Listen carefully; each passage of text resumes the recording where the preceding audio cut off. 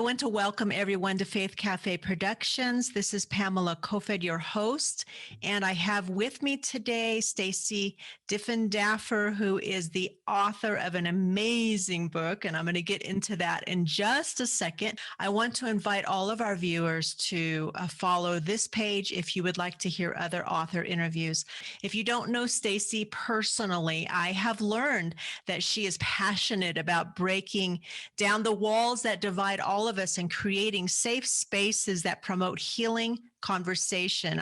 And through the love and guidance of God, Staci herself overcame anxiety, depression, and trauma.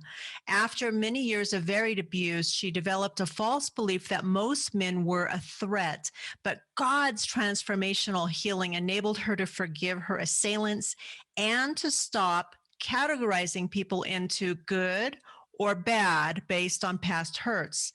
Staci wants to inspire all of us to create a compassionate culture that values every single person and to better understand that their hardships can be a catalyst for a greater purpose.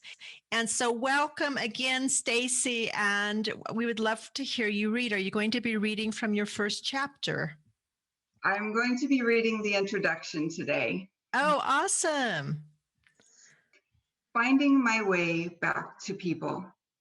The most cunning poison is the one that convinces its victim to take it.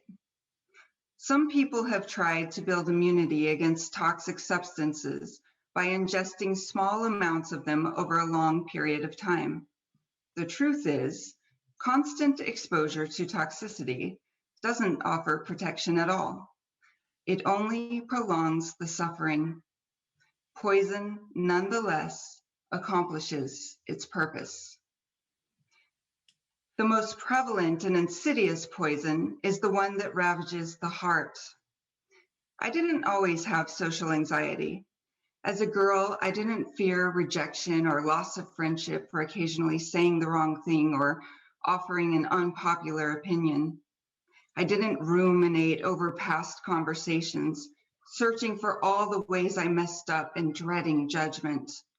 But like many people, I was hurt a lot. I remember guttural wailing, gripping and pulling my bed sheets so tightly I thought they'd rip, and the aching in my stomach that pulled me down as I rocked myself back and forth.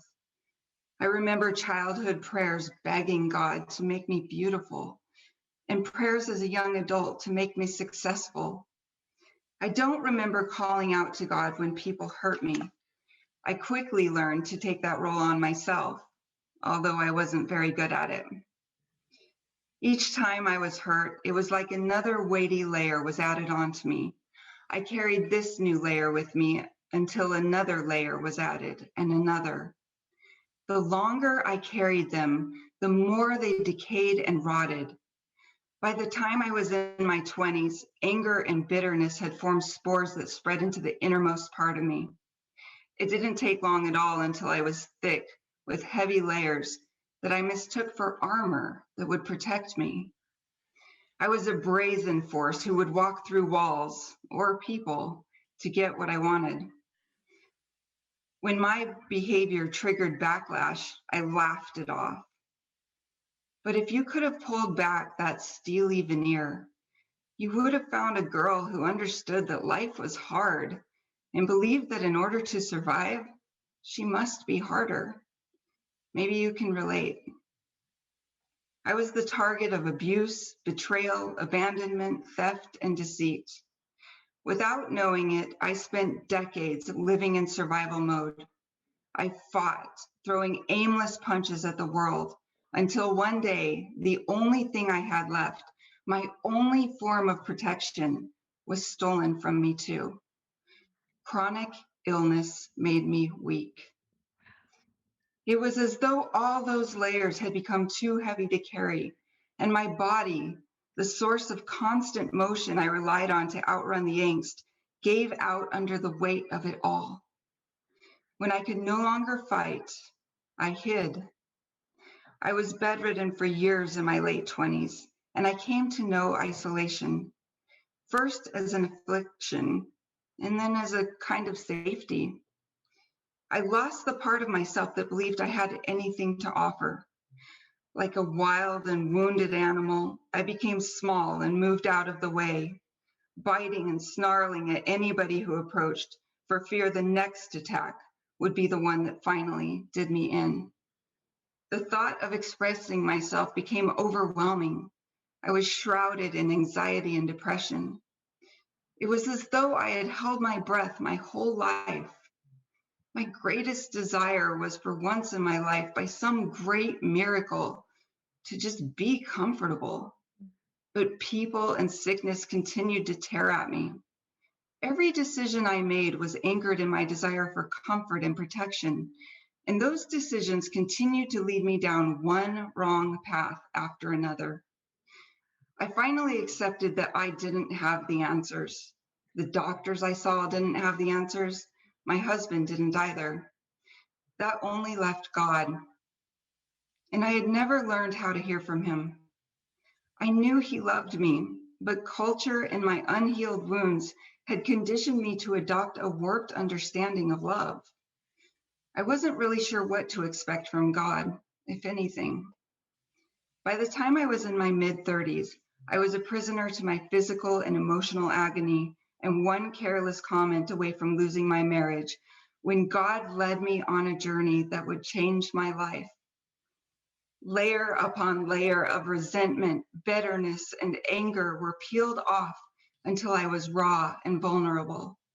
In this place where I had nothing left to give and nothing left to lose, where I could only lie exposed and tender, God breathed life into me. All of my thoughts, words, and actions flow out of my understanding of who I am and who God is. Unhealed pain distorted my perception of both. But as my heart and mind finally healed and I shed that false identity, my marriage was transformed and my body began to heal. On this journey, I found that God speaks to all of us in profound ways and has created each of us for a life of great purpose. God had something much bigger planned for me than simply a comfortable life.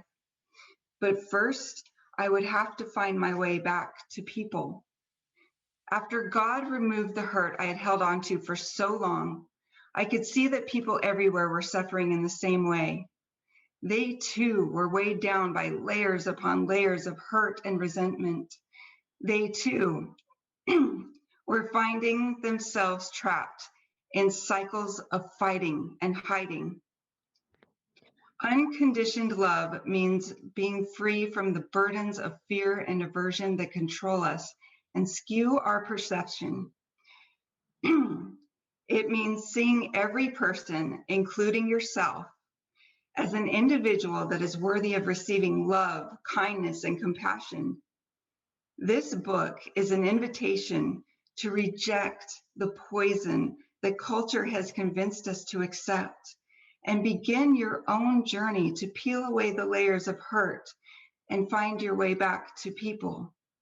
We have to walk through the healing process ourselves to gain the tools and perspective to heal our nation from that which divides us. Wow, Staci, that is powerful. It makes me want to read your book. Thank you. Thank you very much. And thank you, everyone, for being on. This is Pamela Kofed with my new friend, Staci Diffendaffer, the author of an incredible book. And we thank you for being on. And God bless all of you. And goodbye from both of us. Bye-bye. Bye.